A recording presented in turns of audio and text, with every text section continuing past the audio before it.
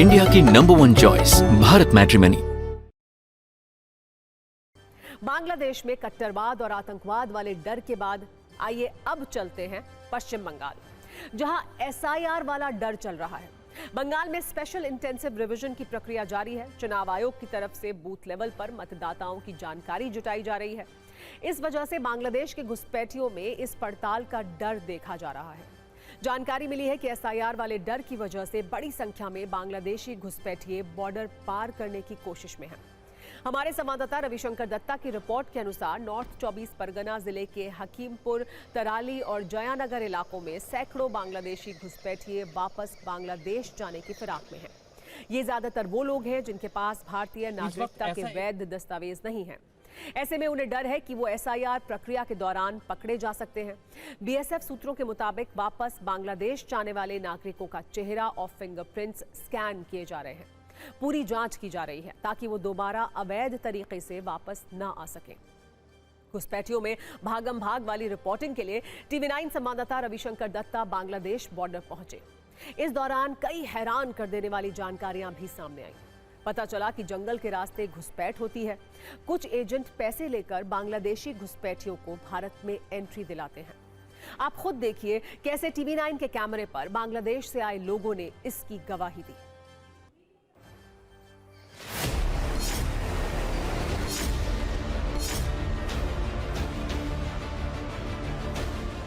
North 24 Pargana में Bharat Bangladesh border का सबसे बड़ा समस्या है मेरे पीछे जो आप देख रहे हैं बांस की झाड़ी। ऐसा रात के अंधेरे में बांग्लादेशी जो इलीगली नॉन फेंस बॉर्डर से भारत घुस जाते हैं, ऐसे बांस बागान में आके बैठ जाते हैं और यहाँ से कहा जा रहा है ऐसे कि यहाँ से जो दलाल आता है पैसा लेके यहीं से चोरी छुपे रास्ते उनको भारत पहुँचा देता है। इस वक्त ऐसा एक नॉन अनआइडेंटिफाइड लोकेशन में हम हूँ। आप देख सकते हैं कैसे गंभीर ये बांस का जंगल है और यहाँ पे लोग अगर आके बैठ जाते हैं तो किसी को नहीं पता चलेगा।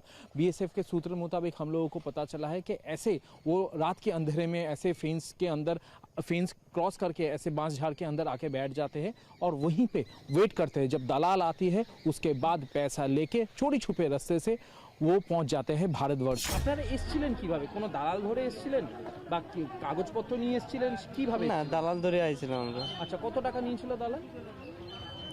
দালাল নিল এক একজনের কাছ থেকে এক এক রকম নেয়, কারো কাছে 10,000 একটু যদি বলেন। 10,000 টাকা। 10,000 টাকা। তো এই যে দালালরা এসেছিলেন কোন বর্ডার দিয়ে এসেছিলেন? মানে রাস্তার কোন রাস্তা দিয়ে? এটা জানি না, আমি তো এমনি নতুন আইছি, চিনি না। आज जब जो लोग वापस जा रहे हैं वो अपना लोकेशन या तो दलाल के नाम नहीं बता रहा है, बस ये बता रहा है 10,000 रुपया देके हम लोग भारत पहुंचे थे। लेकिन ऐसे जो बांस झाड़ी है जो कि नॉन फेंस लोकेशन में होते हैं वो सबसे बड़ा खतरा है बीएसएफ के लिए और हमारा देश के लिए। इसीलिए भारत और बांग्लादेश के बीच जो नॉन फेंस्ड एरिया है जिसमें अभी तक कांटातार नहीं है उसमें फेंस लगाना बेहद जरूरी है। बंगाल में एसआईआर पर सियासी स्कोर हासिल करने की कोशिश भी खूब हो रही है। एसआईआर को लेकर अब तक दोनों तरफ से सिर्फ बयानबाजी हो रही थी। अब पश्चिम बंगाल की मुख्यमंत्री ममता बनर्जी ने इसको लेकर मुख्य चुनाव आयुक्त ज्ञानेश कुमार को पत्र लिखा है, जिसमें एसआईआर प्रक्रिया को रोकने के लिए कहा है। ममता ने कहा है कि एसआईआर की प्रक्रिया अराजक और खतरनाक है। इसके लिए बीएलओ को ना तो सही ट्रेनिंग मिली है और ना ही पर्याप्त समय दिया गया है। उन्होंने एसआईआर को लोकतंत्र और चुनावी निष्पक्षता के लिए खतरा बताया है। वहीं बीजेपी का कहना है कि ममता बनर्जी ये सब कुछ घुसपैठियों को बचाने के लिए कर रही हैं। एसआईआर वाले कलेश पर विस्फोटक बयानों वाली ये न्यूज रील आप भी देखिए।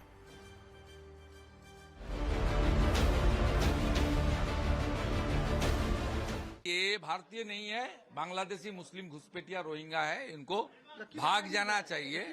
हाँ, ये ममता बनर्जी इनको दामाद बना के रखा था, दामाद बना के रखा था। The Central Election Commission, they should take the responsibility, and our Honorable Chief Minister Mamata Banerjee, she has pointed out the major problem, and the system was not smooth, and CEC is surely influenced by, highly influenced by Bharatiya Janata party. अगर उसका पास आप पहुंचिएगा तो उसका पास से आधार भी आपको मिलेगा, उसका पास से पैन भी आपको मिलेगा, वोटर आईडी भी मिलेगा, सब तृणमूल ने बना कर दिया था। अभी वो लोग भाग रहे हैं। ममता बनर्जी ने अपने पत्र में बीएलओ पर बढ़ते काम के दबाव का भी जिक्र किया है। आरोप लगाया कि टारगेट पूरा न होने पर बीएलओ को धमकी दी जा रही है। कल ही उन्होंने दावा किया था कि एसआईआर शुरू होने से अब तक 28 लोग अपनी जान गंवा चुके हैं।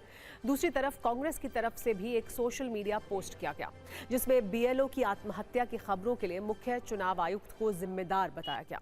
सिर्फ बंगाल ही नहीं, कई दूसरे राज्यों में भी ऐसी खबरें सामने आई हैं। अगर राजस्थान की बात करें तो जयपुर में बीएलओ के सुसाइड करने और सवाई माधोपुर में एक बीएलओ की हार्ट अटैक से मौत की खबर है। मध्य प्रदेश में भी 30 से ज्यादा बीएलओ पर कार्रवाई की बात सामने आ रही है। मध्य प्रदेश में कुल 65,000 बीएलओ हैं, लेकिन सिर्फ एक ने अपना टारगेट पूरा किया। बीएलओ पर बढ़ते काम के दबाव पर देश के 2 राज्यों से TV9 की ये ग्राउंड रिपोर्ट देखिए।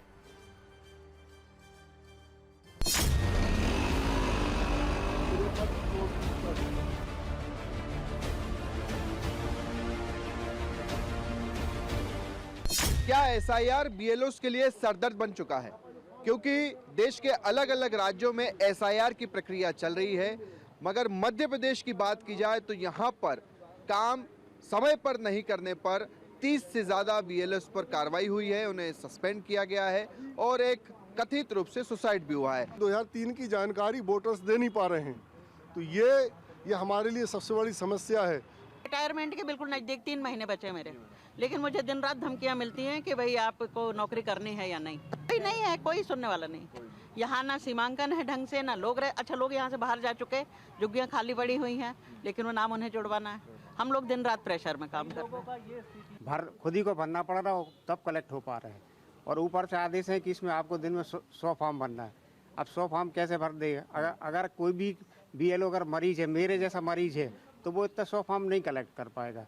तो ये समस्या भी नहीं सुनते हैं लोग, और अगर अपन कोई बताते तो नहीं, सस्पेंड करेंगे, ड्यूटी तो आपको करना पड़ेगी।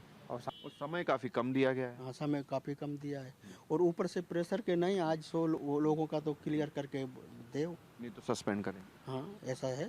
30 लोग तो सस्पेंड हो ही चुके हैं पूरे प्रदेश में। जी सर। फील्ड में बहुत जाने के बाद परेशानी आ रही है। हम 3 से 4 बार तो जाके आ गए, उसके बाद भी लोग फॉर्म सबमिट नहीं करा रहे हैं, और अभी तक लोगों ने फॉर्म ही फिल नहीं किया है। 200 का टारगेट आपको दिया गया है, क्या ये पूरा हो जाता है एक दिन में? नहीं सर, नहीं हो पाता है टारगेट। तो ये 200 का जब टारगेट पूरा नहीं होता है, तब फिर आप क्या करते हैं? क्या रात को भी जाते हैं, संपर्क करते हैं? सर, रात को हमको 2 बजे तक काम करना पड़ता है जाके। कई बार तो ये भी होता है कि आगे से मैसेज आता है कि आज आपको पूरी रात काम करना पड़ता है। सर, बहुत प्रेशर आ रहा है थोड़ा काम का। इंडिया की नंबर 1 चॉइस भारत मैट्रिमनी।